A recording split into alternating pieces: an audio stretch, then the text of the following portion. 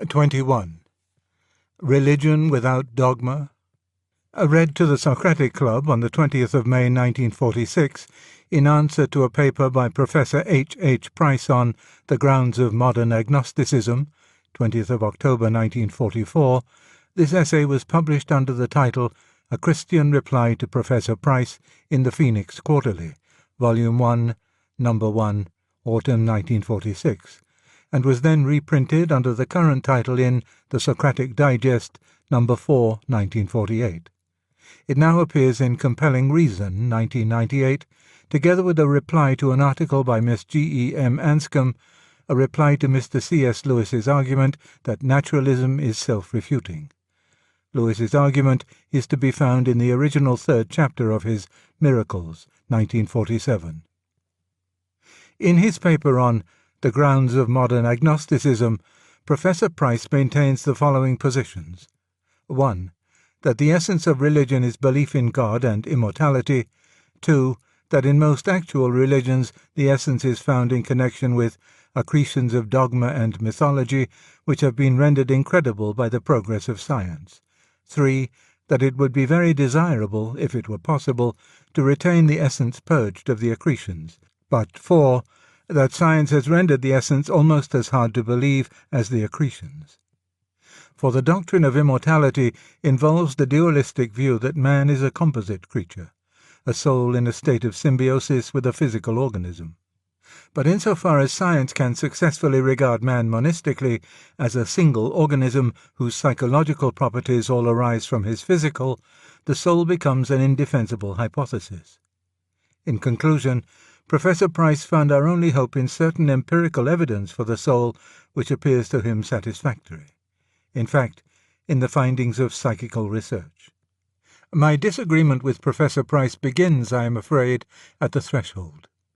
I do not define the essence of religion as belief in God and immortality. Judaism in its earlier stages had no belief in immortality, and for a long time no belief which was religiously relevant.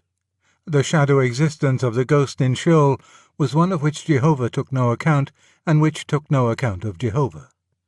In Sheol all things are forgotten. The religion was centered on the ritual and ethical demands of Jehovah in the present life, and also, of course, on benefits expected from him. These benefits are often merely worldly benefits, grandchildren, and peace upon Israel. But a more specifically religious note is repeatedly struck. The Jew is athirst for the living God. Psalm 42, verse 2. He delights in his laws as in honey or treasure. Psalm 19, verse 10. He is conscious of himself in Jehovah's presence as unclean of lips and heart. Isaiah chapter 6, verse 5. The glory or splendor of the god is worshipped for its own sake. In Buddhism, on the other hand, we find that a doctrine of immortality is central, while there is nothing specifically religious. Salvation from immortality, deliverance from reincarnation, is the very core of its message. The existence of the gods is not necessarily decried, but it is of no religious significance. In Stoicism again, both the religious quality and the belief in immortality are variables, but they do not vary in direct ratio. Even within Christianity itself, we find a striking expression, not without influence from Stoicism, of the subordinate position of immortality.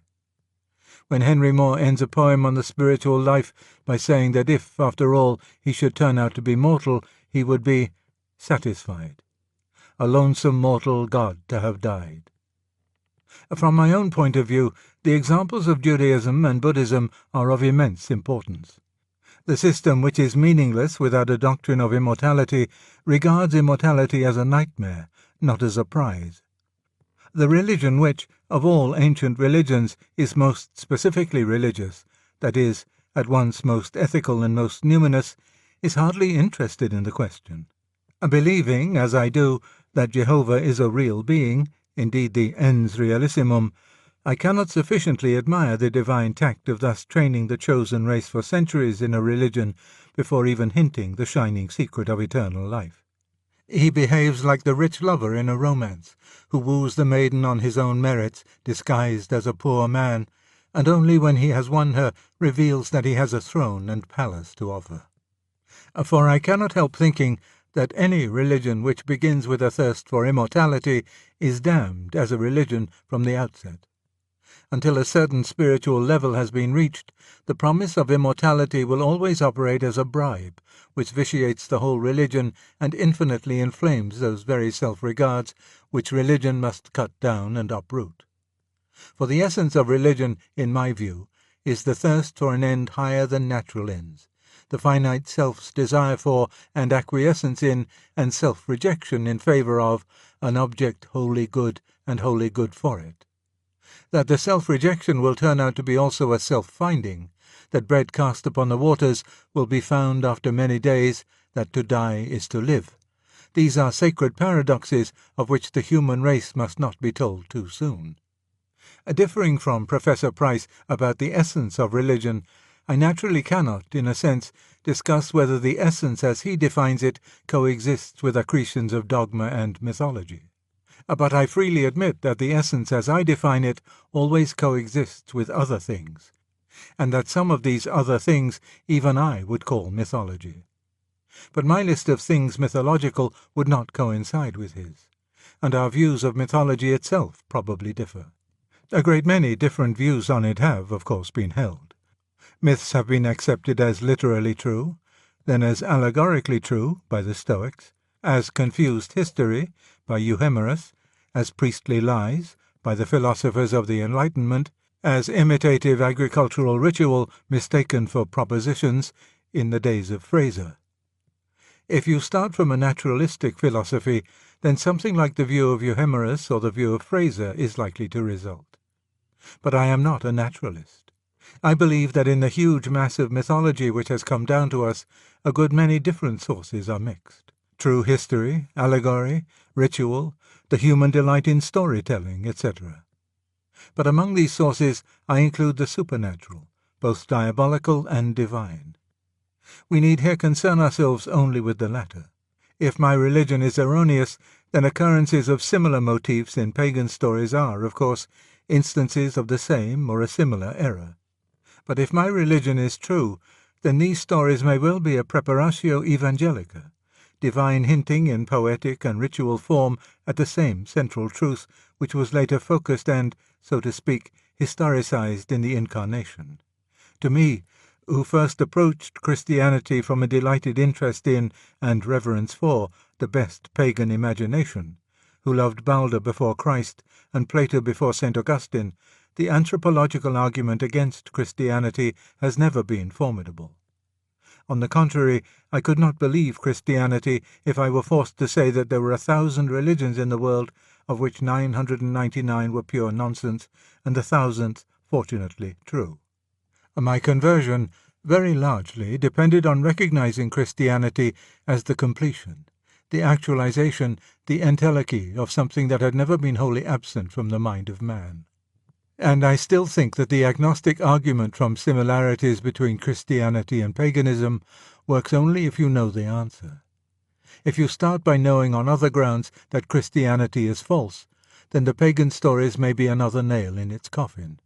Just as if you started by knowing that there were no such things as crocodiles, then the various stories about dragons might help to confirm your disbelief. But if the truth or falsehood of Christianity is the very question you are discussing, then the argument from anthropology is surely a petitio. There are, of course, many things in Christianity which I accept as fact and which Professor Price would regard as mythology. In a word, there are miracles. The contention is that science has proved that miracles cannot occur. According to Professor Price, a deity who intervened miraculously and suspended natural law could never be accepted by science. Whence he passes on to consider whether we cannot still believe in theism without miracles. I am afraid I have not understood why the miracles could never be accepted by one who accepted science.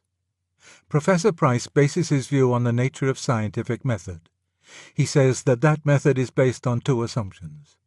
The first is that all events are subject to laws, and he adds, "It does not matter for our purpose whether the laws are deterministic or only statistical. But I submit that it matters to the scientist's view of the miraculous. The notion that natural laws may be merely statistical results from the modern belief that the individual unit of matter obeys no laws. Statistics were introduced to explain why, despite the lawlessness of the individual unit, the behavior of gross bodies was regular. The explanation was that, by a principle well known to actuaries, the law of averages leveled out the individual eccentricities of the innumerable units contained in even the smallest gross body. But with this conception of the lawless units, the whole impregnability of 19th-century naturalism has, as it seems to me, been abandoned. What is the use of saying that all events are subject to laws, if you also say that every event which befalls the individual unit of matter is not subject to laws? Indeed, if we define nature as the system of events in space-time governed by interlocking laws, then the new physics has really admitted that something other than nature exists. For if nature means the interlocking system, then the behavior of the individual unit is outside nature. We have admitted what may be called the sub-natural. After that admission, what confidence is left us that there may not be a supernatural as well? It may be true that the lawlessness of the little events fed into nature from the subnatural is always ironed out by the law of averages. It does not follow that great events could not be fed into her by the supernatural, nor that they also would allow themselves to be ironed out. The second assumption which Professor Price attributes to the scientific method is that laws can only be discovered by the study of publicly observable regularities. Of course they can. This does not seem to me to be an assumption so much as a self-evident proposition. But what is it to the purpose? If a miracle occurs, it is, by definition, an interruption of regularity. To discover a regularity is, by definition, not to discover its interruptions, even if they occur.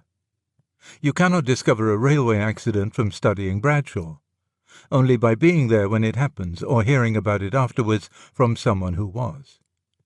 You cannot discover extra half-holidays by studying a school timetable. You must wait till they are announced. But surely this does not mean that a student of Bradshaw is logically forced to deny the possibility of railway accidents. This point of scientific method merely shows, what no one to my knowledge ever denied, that if miracles did occur, science, as science, would not prove or disprove their occurrence. What cannot be trusted to recur is not material for science. That is why history is not one of the sciences. You cannot find out what Napoleon did at the Battle of Austerlitz by asking him to come and fight it again in a laboratory, with the same combatants, the same terrain, the same weather, and in the same age. You have to go to the records. We have not, in fact, proved that science excludes miracles. We have only proved that the question of miracles, like innumerable other questions, excludes laboratory treatment. If I thus hand over miracles from science to history, but not, of course, to historians, who beg the question by beginning with materialistic assumptions, Professor Price thinks I shall not fare much better.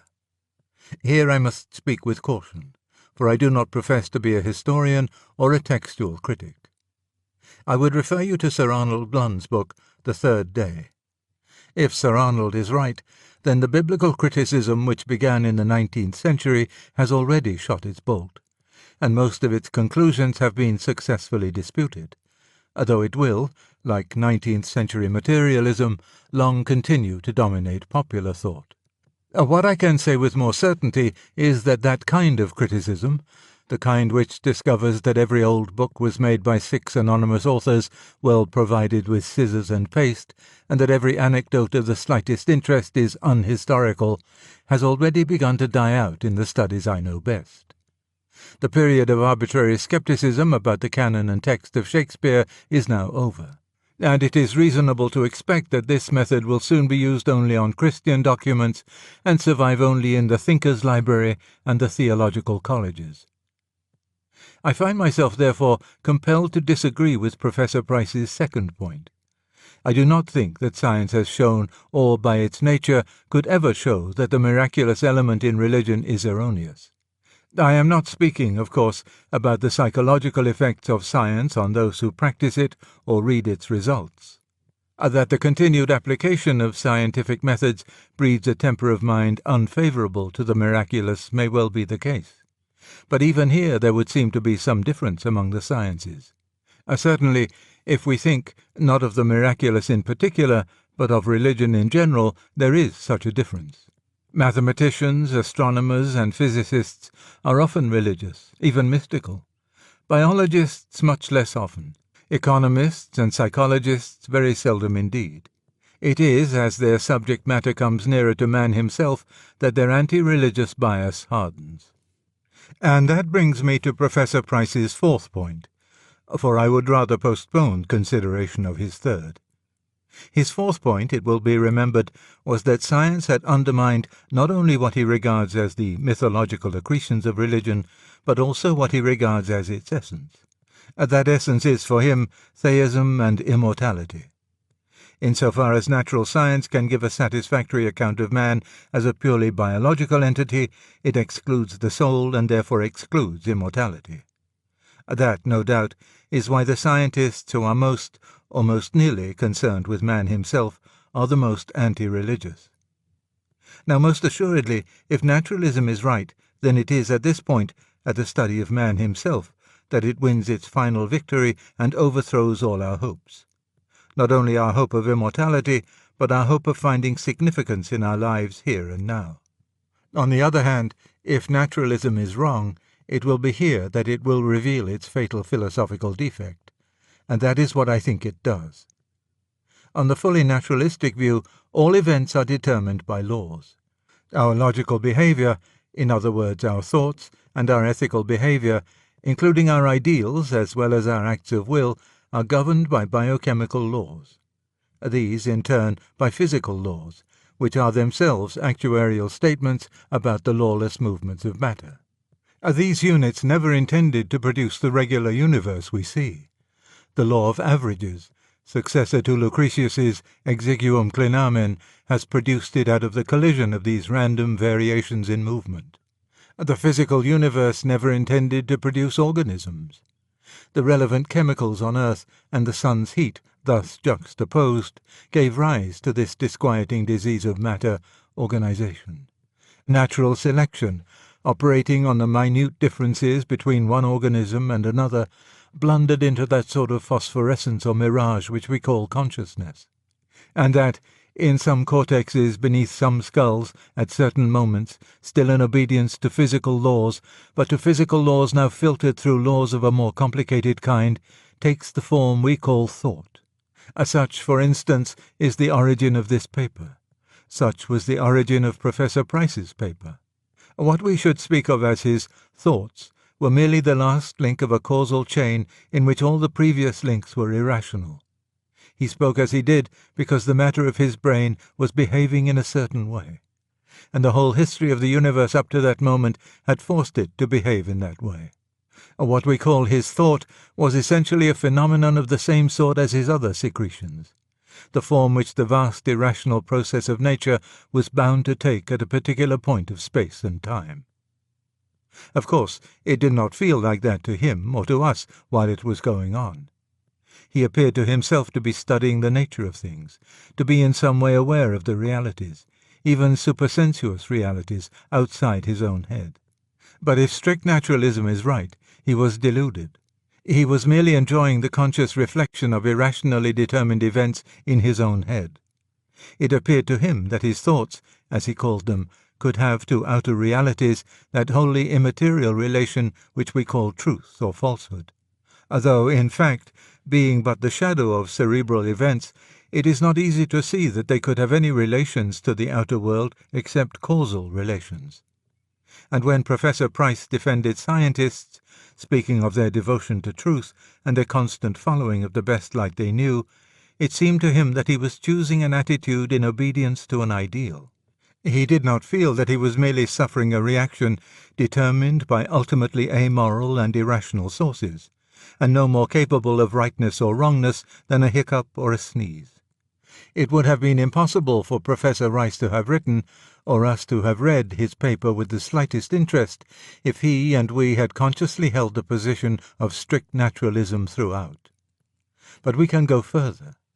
It would be impossible to accept naturalism itself if we really and consistently believed naturalism. For naturalism is a system of thought. But for naturalism, all thoughts are mere events with irrational causes. It is, to me at any rate, impossible to regard the thoughts which make up naturalism in that way and, at the same time, to regard them as a real insight into external reality. Bradley distinguished idea-event from idea-making. But naturalism seems to me committed to regarding ideas simply as events. For meaning is a relation of a wholly new kind, as remote, as mysterious, as opaque to empirical study as soul itself. Perhaps this may be even more simply put in another way. Every particular thought, whether it is a judgment of fact or a judgment of value, is always, and by all men, discounted the moment they believe that it can be explained, without remainder, as the result of irrational causes. Whenever you know what the other man is saying is wholly due to his complexes, or to a bit of bone pressing on his brain, you cease to attach any importance to it. But if naturalism were true, then all thoughts whatever would be wholly the result of irrational causes. Therefore all thoughts would be equally worthless. Therefore naturalism is worthless. If it is true, then we can know no truths. It cuts its own throat. I remember once being shown a certain kind of knot, which was such that if you added one extra complication to make assurance doubly sure, you suddenly found that the whole thing had come undone in your hands, and you had only a bit of string.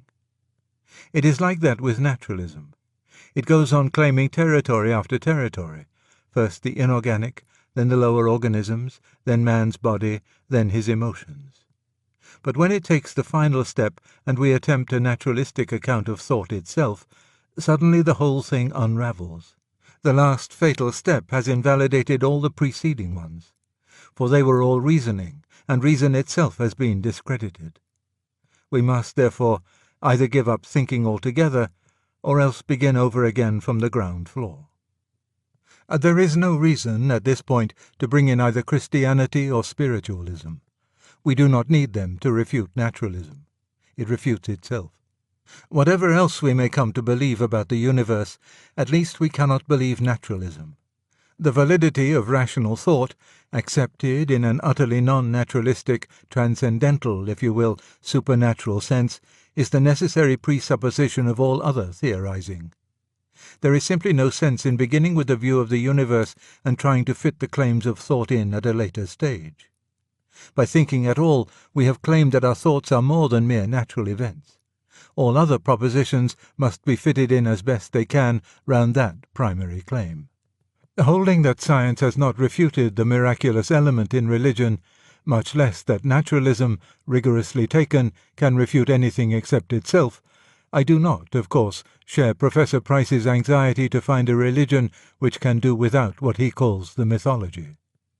What he suggests is simple theism, rendered credible by a belief in immortality which, in its turn, is guaranteed by psychical research. Professor Price is not, of course, arguing that immortality would of itself prove theism. It would merely remove an obstacle to theism.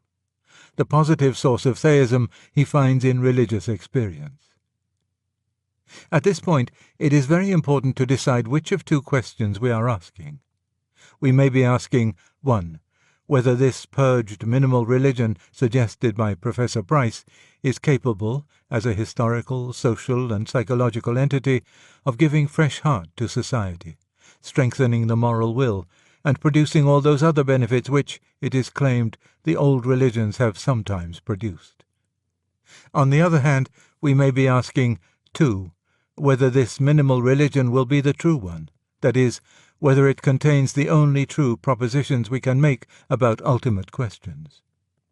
The first question is not a religious question, but a sociological one. The religious mind, as such, like the older sort of scientific mind as such, does not care a rap about socially useful propositions.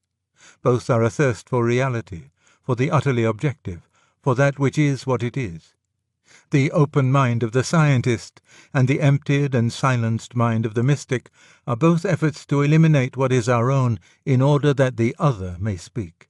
And if, turning aside from the religious attitude, we speak for a moment as mere sociologists, we must admit that history does not encourage us to expect much invigorating power in a minimal religion. Attempts at such a minimal religion are not new, from Akhenaten and Julian the Apostate down to Lord Herbert of Cherbury and the late H.G. Wells. But where are the saints, the consolations, the ecstasies? The greatest of such attempts was that simplification of Jewish and Christian traditions which we call Islam, but it retained many elements which Professor Price would regard as mythical and barbaric, and its culture is by no means one of the richest or most progressive. Nor do I see how such a religion, if it became a vital force, would long be preserved in its freedom from dogma. Is its God to be conceived pantheistically, or after the Jewish, Platonic, Christian fashion? If we are to remain the minimal religion in all its purity, I suppose the right answer would be, we don't know, and we must be content not to know. But that is the end of the minimal religion as a practical affair, for the question is of pressing practical importance. If the God of Professor Price's religion is an impersonal spirituality diffused through the whole universe, equally present and present in the same mode at all points of space and time, then he, or it, will certainly be conceived as being beyond good and evil, expressed equally in the brothel or the torture chamber, and in the model factory or the university common room. If, on the other hand, he is a personal being standing outside his creation, commanding this and prohibiting that, quite different consequences follow. The choice between these two views affects the choice between courses of action at every moment, both in private and public life. Nor is this the only such question that arises. Does the minimal religion know whether its God stands in the same relation to all men, or is he related to some as he is not related to others? To be true to its undogmatic character, it must again say, don't ask. But if that is the reply, then the minimal religion cannot exclude the Christian view that he was present in a special way in Jesus, nor the Nazi view that he is present in a special way in the German race, nor the Hindu view that he is specially present in the Brahmin, nor the Central African view that he is specially present in the thigh bone of a dead English Tommy. All these difficulties are concealed from us as long as the minimal religion exists only on paper. But suppose it were somehow established all over what is left of the British Empire, and let us suppose that Professor Price has, most reluctantly and solely from a sense of duty, become its supreme head on earth. I predict that one of two things must happen. 1. In the first month of his reign he will find himself uttering his first dogmatic definition. He will find himself saying, for example, no, God is not an amoral force diffused through the whole universe, to whom suttee and temple prostitution are no more and no less acceptable than building hospitals and teaching children. He is a righteous creator, separate from his creation, who demands of you justice and mercy. Or, 2, Professor Price will not reply.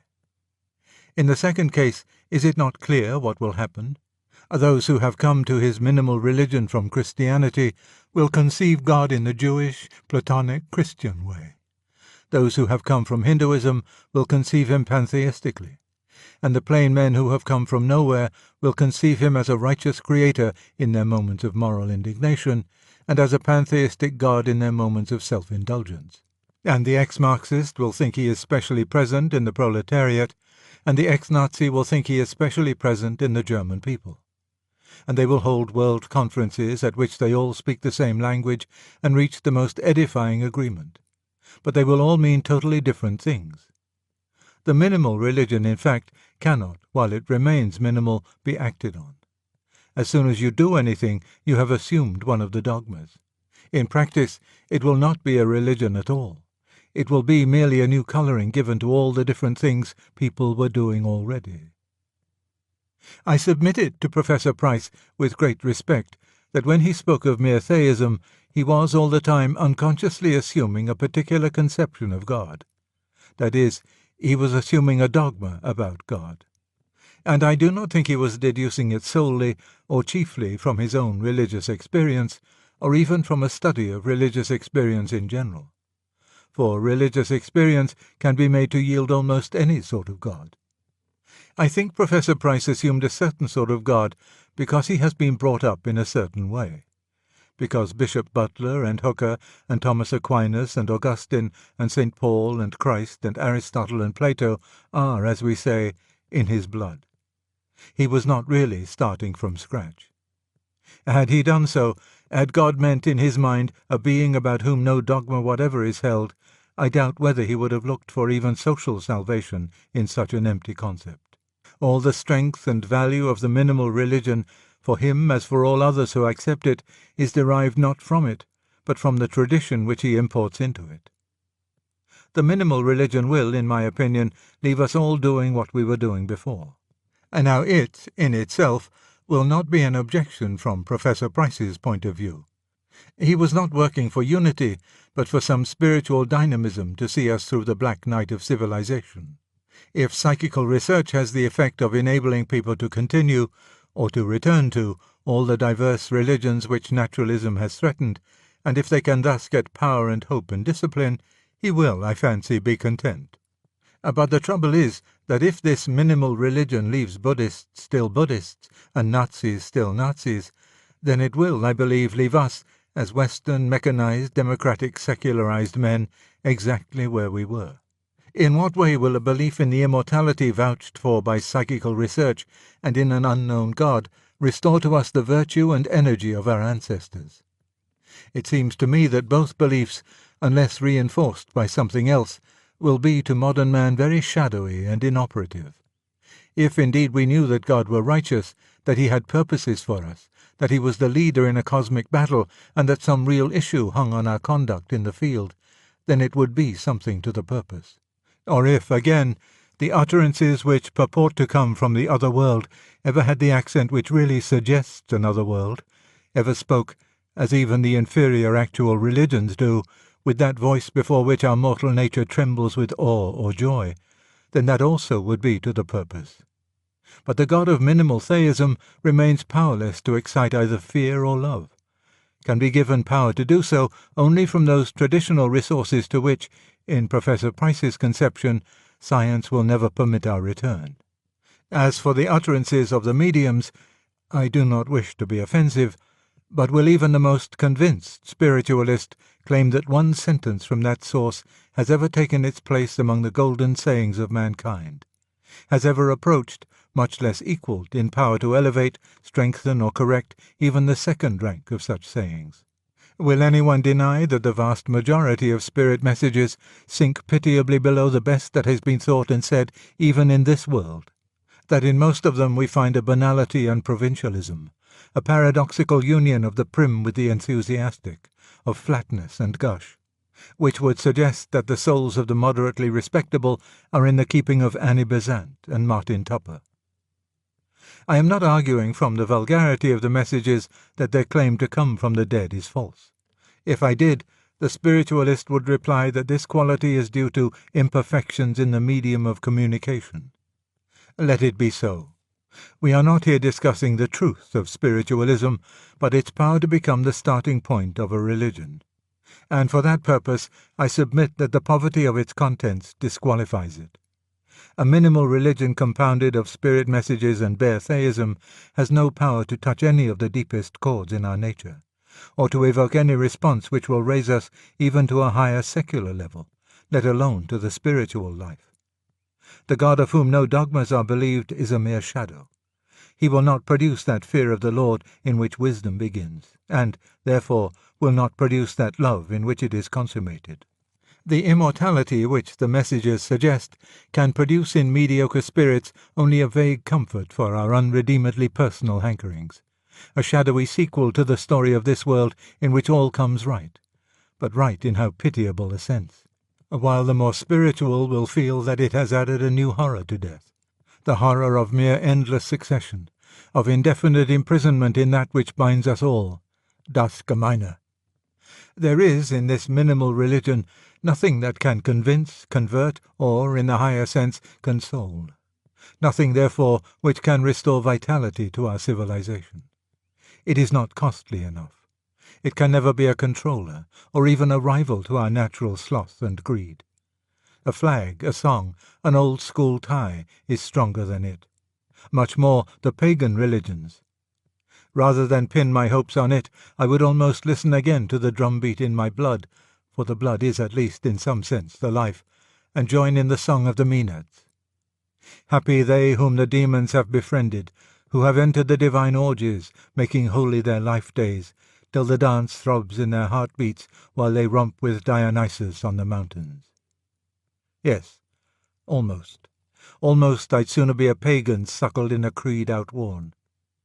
Almost, but not, of course, quite. If one is forced to such an alternative, it is perhaps better to starve in a wholly secularized and meaningless universe than to recall the obscenities and cruelties of paganism. They attract because they are a distortion of the truth, and therefore retain some of its flavour. But with this remark I have passed into our second question. I shall not be expected at the end of this paper to begin an apologetic for the truth of Christianity. I will only say something which, in one form or another, I have said perhaps too often already. If there is no God, then we have no interest in the minimal religion or any other. We will not make a lie even to save civilization. But if there is, then it is so probable as to be almost axiomatic that the initiative lies wholly on his side. If he can be known, it will be by self-revelation on his part, not by speculation on ours. We, therefore, look for him where it is claimed that he has revealed himself by miracle, by inspired teachers, by enjoined ritual. The traditions conflict. Yet the longer and more sympathetically we study them, the more we become aware of a common element in many of them. The theme of sacrifice, of mystical communion through the shed blood, of death and rebirth, of redemption, is too clear to escape notice. We are fully entitled to use moral and intellectual criticism. What we are not, in my opinion, entitled to do is simply to abstract the ethical element and set that up as a religion on its own.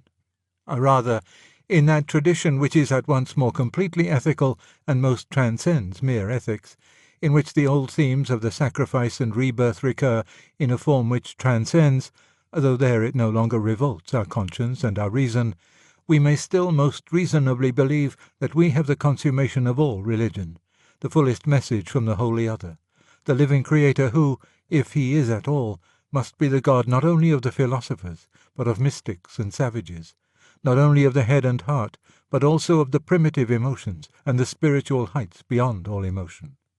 We may still reasonably attach ourselves to the Church, to the only concrete organization which has preserved down to this present time the core of all the messages, pagan and perhaps pre-pagan, that have ever come from beyond the world, and begin to practice the only religion which rests not upon some selection of certain supposedly higher elements in our nature, but on the shattering and rebuilding, the death and rebirth of that nature in every part, neither Greek nor Jew nor barbarian, but a new creation.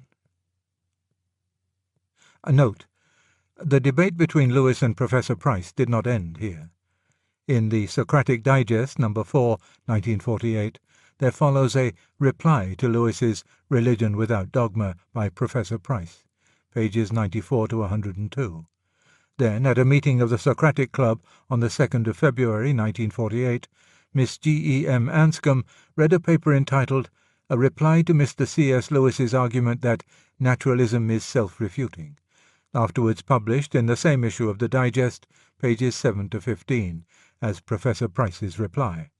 Miss Anscombe criticized the argument found on pages 91 to 94 of the paper printed above, as well as Chapter 3, The Self-Contradiction of the Naturalist, of Lewis's book Miracles, London, 1947. The two short pieces that follow are A. The Socratic Minute Book account of Lewis's reply to Miss Anscombe, and B. A reply written by Lewis himself, both reprinted from the same issue of the Digest mentioned above, pages 15 to 16. Aware that the third chapter of his Miracles was ambiguous, Lewis revised this chapter for the Fontana 1960 issue of Miracles, in which Chapter 3 is retitled The Cardinal Difficulty of Naturalism. A. In his reply, Mr. C.S. Lewis agreed that the words cause and ground were far from synonymous, but said that the recognition of a ground could be the cause of assent, and that assent was only rational when such was its cause.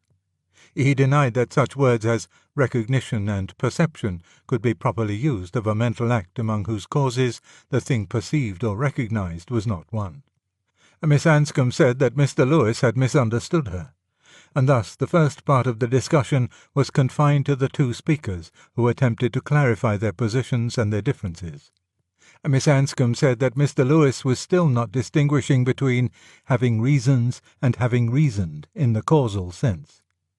Mr. Lewis understood the speaker to be making a tetrachotomy thus: 1. Logical reasons. 2. Having reasons, i.e. psychological. 3. Historical causes. 4. Scientific causes or observed regularities.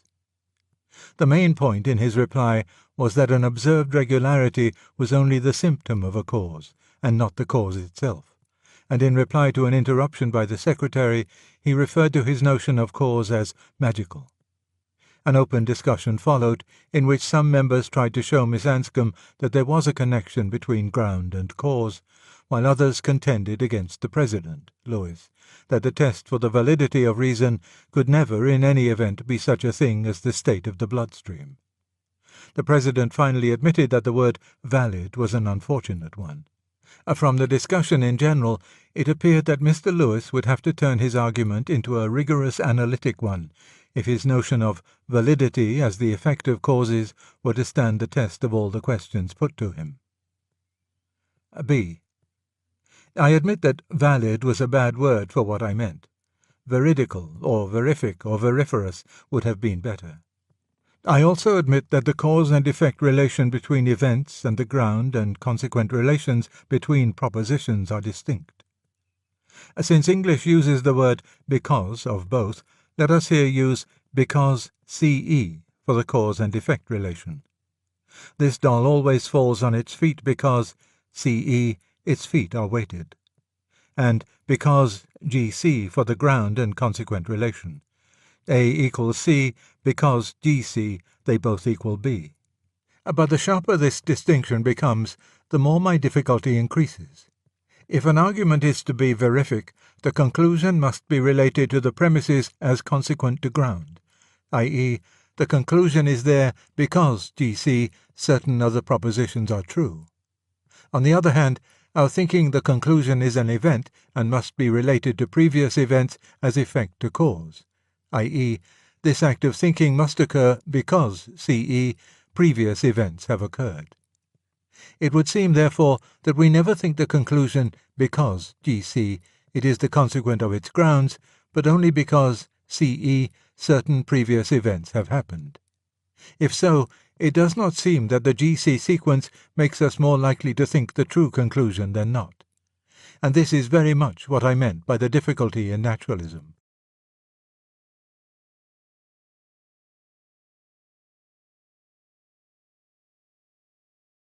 We must now consider Christian morality as regards sex, what Christians call the virtue of chastity. The Christian rule of chastity must not be confused with the social rule of modesty in one sense of that word, i.e., propriety or decency. The social rule of propriety lays down how much of the human body should be displayed and what subjects can be referred to, and in what words, according to the customs of a given social circle.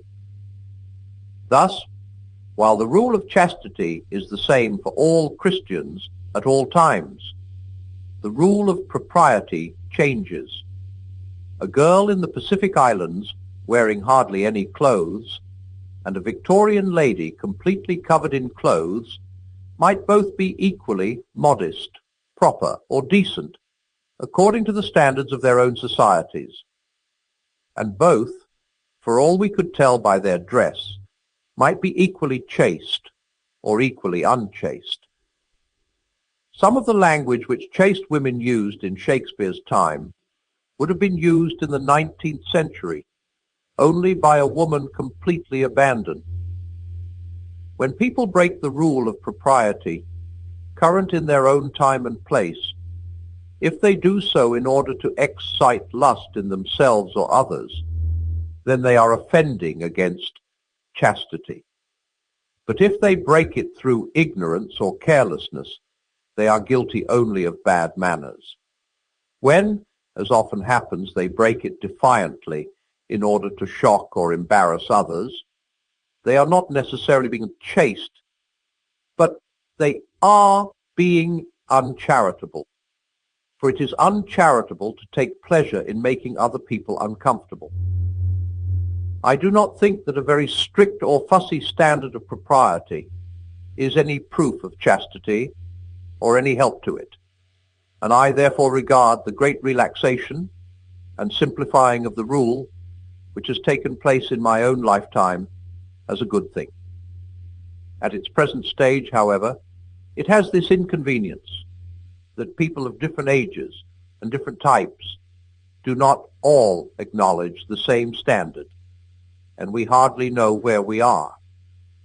While this confusion lasts, I think that old or old-fashioned people should be very careful not to assume that young or emancipated people are corrupt whenever they are, by the old standard, improper, and in return that young people should not call their elders prudes or Puritans because they do not easily adopt the new standard.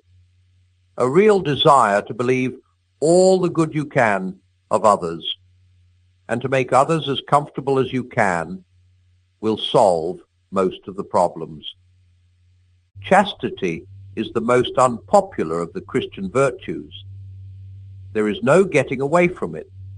The old Christian rule is either marriage with complete faithfulness to your partner or else total abstinence. Now this is so difficult and so contrary to our instincts that obviously either Christianity is wrong or our sexual instinct, as it now is, has gone wrong, one or the other. Of course, being a Christian, I think it is the instinct which has gone wrong. But I have other reasons for thinking so. The biological purpose of sex is children, just as the biological purpose of eating is to repair the body. Now, if we eat whenever we feel inclined and just as much as we want, it is quite true that most of us will eat too much, but not terrifically too much. One man may eat enough for 2, but he does not eat enough for 10. The appetite goes a little beyond its biological purpose, but not enormously. But if a healthy young man indulged his sexual appetite whenever he felt inclined, and if each act produced a baby, then in 10 years he might easily populate a small village. This appetite is in ludicrous and preposterous excess of its function. Or take it another way. You can get a large audience together for a strip tease act. That is, to watch a girl undress on the stage. Now suppose you came to a country where you could fill a theater by simply bringing a covered plate onto the stage and then slowly lifting the cover so as to let everyone see just before the lights went out that it contained a mutton chop or a bit of bacon. Would you not think that in that country something had gone wrong with the appetite for food? And would not anyone who had grown up in a different world think there was something equally queer about the state of the sex instinct among us? One critic said that if he found a country in which such striptease acts with food were popular, he would conclude that the people of that country were starving.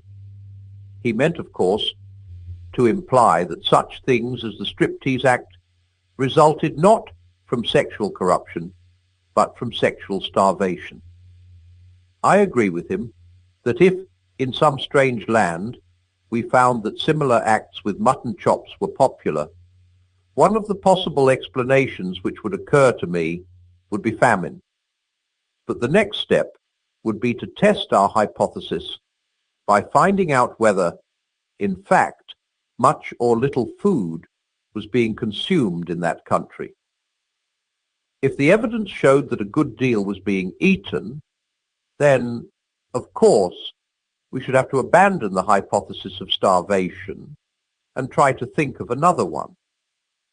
In the same way, Before accepting sexual starvation as the cause of the striptease, we should have to look for evidence that there is in fact more sexual abstinence in our age than in those ages when things like the striptease were unknown. But surely there is no such evidence. Contraceptives have made sexual indulgence far less costly within marriage and far safer outside it than ever before, and public opinion is less hostile to illicit unions and even to perversion than it has been since pagan times. Nor is the hypothesis of starvation the only one we can imagine. Everyone knows that the sexual appetite, like our other appetites, grows by indulgence. Starving men may think much about food, but so do gluttons, the gorged as well as the famished, like titillations. Here's a third point. You find very few people who want to eat things that really are not food, or to do other things with food instead of eating it. In other words, perversions of the food appetite are rare, but perversions of the sex instinct are numerous, hard to cure, and frightful. I am sorry to have to go into all these details, but I must. The reason why I must is that you and I, for the last 20 years, have been fed all day long on good, solid lies about sex. We have been told, till one is sick of hearing it, that sexual desire is in the same state as any of our other natural desires, and that if only we abandon the silly old Victorian idea of hushing it up, everything in the garden will be lovely. It is not true. The moment you look at the facts and away from the propaganda, you see that it is not. They tell you sex has become a mess because it was hushed up. But for the last 20 years, it has not been hushed up. It has been chattered about all day long. Yet, it is still in a mess. If hushing up had been the cause of the trouble, ventilation would have set it right. But it has not. I think it is the other way round. I think the human race originally hushed it up because it had become such a mess. Modern people are always saying, sex is nothing to be ashamed of. They may mean two things. They may mean, there is nothing to be ashamed of in the fact that the human race reproduces itself in a certain way, nor in the fact that it gives pleasure. If they mean that, they are right. Christianity says the same. It is not the thing nor the pleasure that is the trouble. The old Christian teachers said that if man had never fallen, sexual pleasure, instead of being less than it is now, would actually have been greater. I know some muddle-headed Christians have talked as if Christianity thought that sex, or the body, or pleasure were bad in themselves. But they were wrong. Christianity is almost the only one of the great religions which thoroughly approves of the body, which believes that matter is good, that God himself once took on a human body, that some kind of body is going to be given to us even in heaven, and is going to be an essential part of our happiness, our beauty, and our energy. Christianity has glorified marriage more than any other religion, and nearly all the greatest love poetry in the world has been produced by Christians. If anyone says that sex in itself is bad, Christianity contradicts him at once. But of course, when people say sex is nothing to be ashamed of, they may mean the state into which the sexual instinct has now got is nothing to be ashamed of. If they mean that, I think they are wrong. I think it is everything to be ashamed of. There is nothing to be ashamed of in enjoying your food. There would be everything to be ashamed of if half the world made food the main interest of their lives, and spent their time looking at pictures of food and dribbling and smacking their lips. I do not say you and I are individually responsible for the present situation.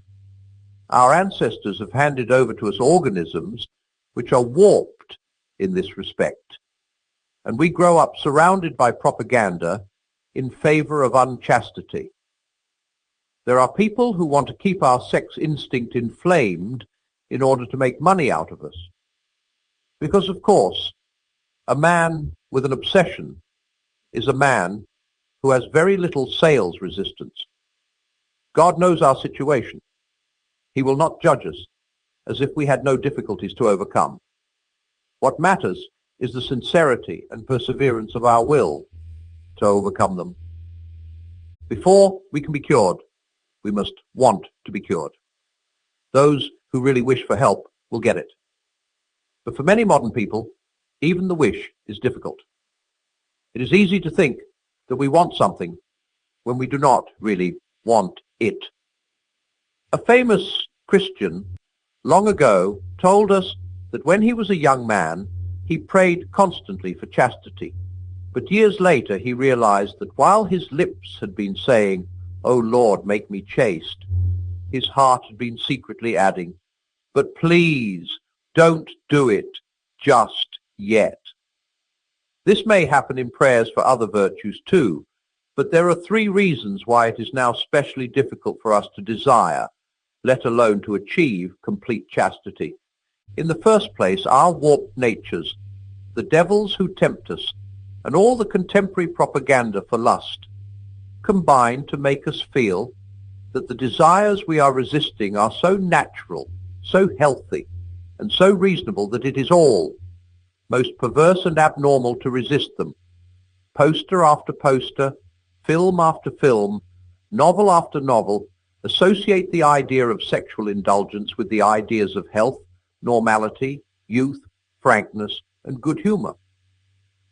Now, this association is a lie. Like all powerful lies, it is based on a truth, the truth, acknowledged above, that sex in itself, apart from the excesses and obsessions that have grown round it, is normal and healthy, and all the rest of it. The lie consists in the suggestion that any sexual act to which you are tempted at the moment is also healthy and normal. Now this, on any conceivable view, and quite apart from Christianity, must be nonsense. Surrender to all our desires obviously leads to impotence, disease, jealousies, lies, concealment, and everything that is the reverse of health, good humor, and frankness. For any happiness, even in this world, quite a lot of restraint is going to be necessary. So the claim made by every desire, when it is strong, to be healthy and reasonable, counts for nothing. Every sane and civilized man must have some set of principles by which he chooses to reject some of his desires and to permit others. One man does this on Christian principles, another on hygienic principles, another on sociological principles. The real conflict is not between Christianity and nature, but between Christian principle and other principles in the control of nature. For nature, in the sense of natural desire, will have to be controlled anyway, unless you're going to ruin your whole life. The Christian principles are, admittedly, stricter than the others. But then we think you will get help towards obeying them, which you will not get towards obeying the others. In the second place, many people are deterred from seriously attempting Christian chastity because they think, before trying, that it is impossible. But when a thing has to be attempted, one must never think about possibility or impossibility. Faced with an optional question in an examination paper, one considers whether one can do it or not. Faced with a compulsory question, one must do the best one can. You may get some marks for a very imperfect answer, You will certainly get none for leaving the question alone. Not only in examinations, but in war, in mountain climbing, in learning to skate or swim or ride a bicycle, even in fastening a stiff collar with cold fingers, people quite often do what seemed impossible before they did it. It is wonderful what you can do when you have to. We may indeed be sure that perfect chastity, like perfect charity, will not be attained by any merely human efforts. You must ask for God's help.